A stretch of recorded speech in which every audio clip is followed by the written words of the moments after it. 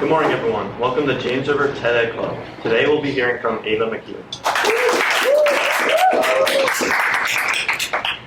Think about where you've been this week. Think about the new people you've met, the people you've passed in the hallway, the friends you've hung out with, the people you drove by on the road, or the people you saw in the store. Now, multiply that by a lifetime. On average, in our lives, we meet 80,000 people. How many of those people can you say you truly know? Here I am standing before you, and I bet some of you are thinking to yourselves right now, yeah, I would say I know her. Some of you might say, I play sports. Or some of you might say, I love chicken wings, which I do.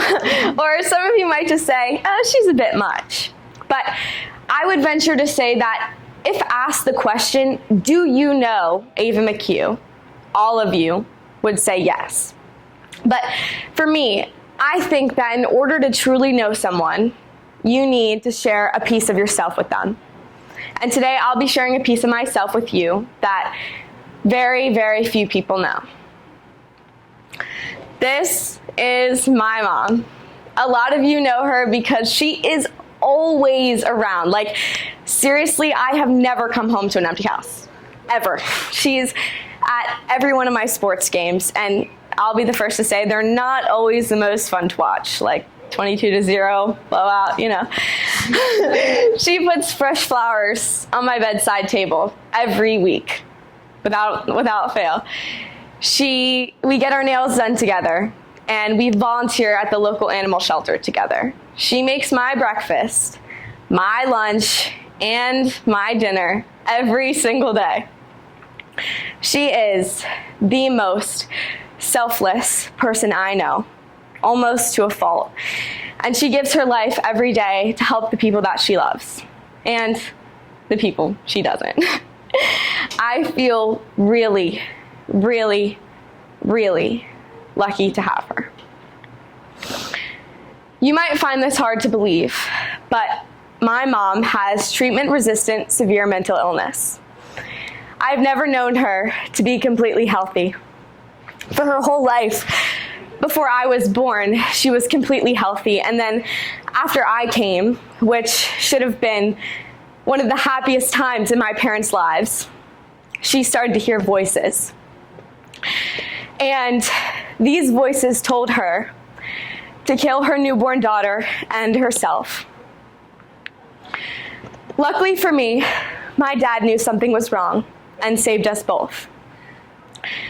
She was diagnosed with treatment-resistant bipolar disorder and postpartum psychosis. From there, our lives became intertwined with the harsh realities of her diagnosis. I couldn't really pinpoint what was different about my mom when I was younger. She slept a lot or stayed up all night cleaning. She laughed a lot and she cried a lot. She tried to sell all of the furniture in our house or tried to rescue every person or animal she saw on the street.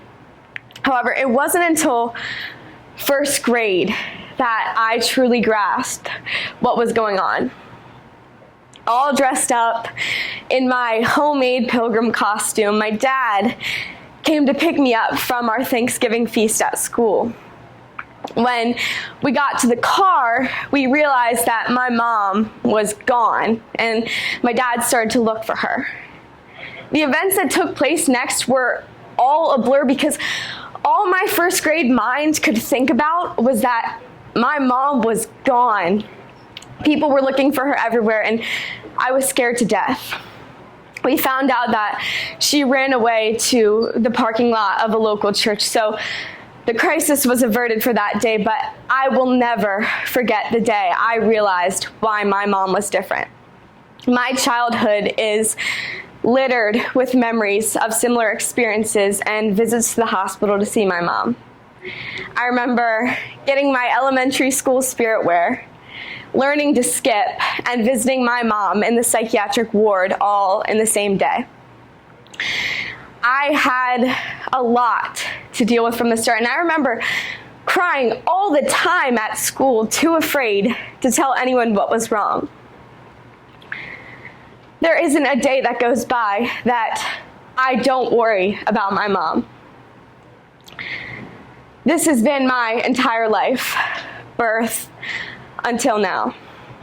You might think that this is supposed to be a sad story about how my mom's mental illness has ruined my life, but it is exactly the opposite, because sometimes out of the deepest despair comes the greatest gifts. I can't help but feel extremely grateful for the gifts that my mom's mental illness has given me.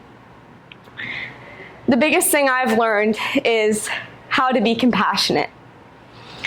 I always try to portray myself on social media and through my clothes, hair, friends, sports, and grades that I have it all together. And until today, some of you may have been fooled, but so many of you, like me, have real problems that you endure each day and bring with you to school.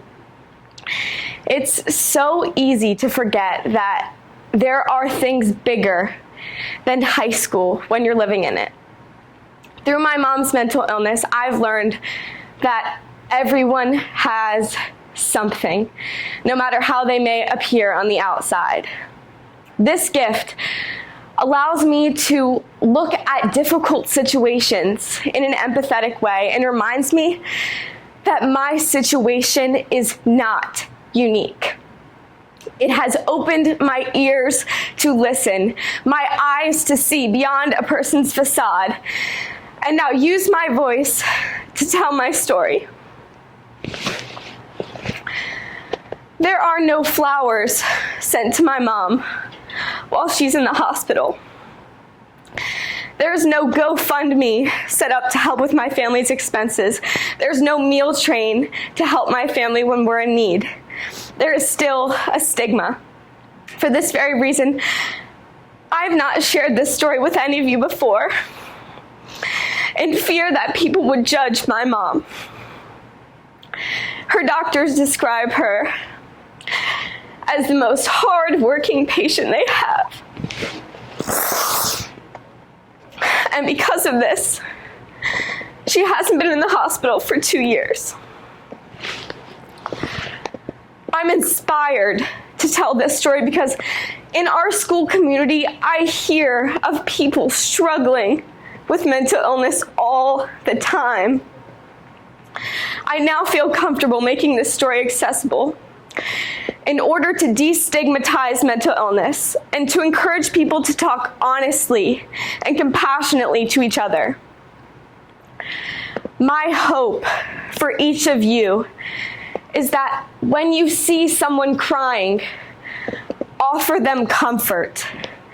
When you see someone struggling, look for a way to help. When you begin to make an assumption, remember that things aren't always how they appear. When you hear someone has mental illness, treat it as any other illness. I hope that by giving you a piece of myself today, I can inspire you to give a piece of yourself to someone else so that we can talk more honestly about who we truly are. Thank you.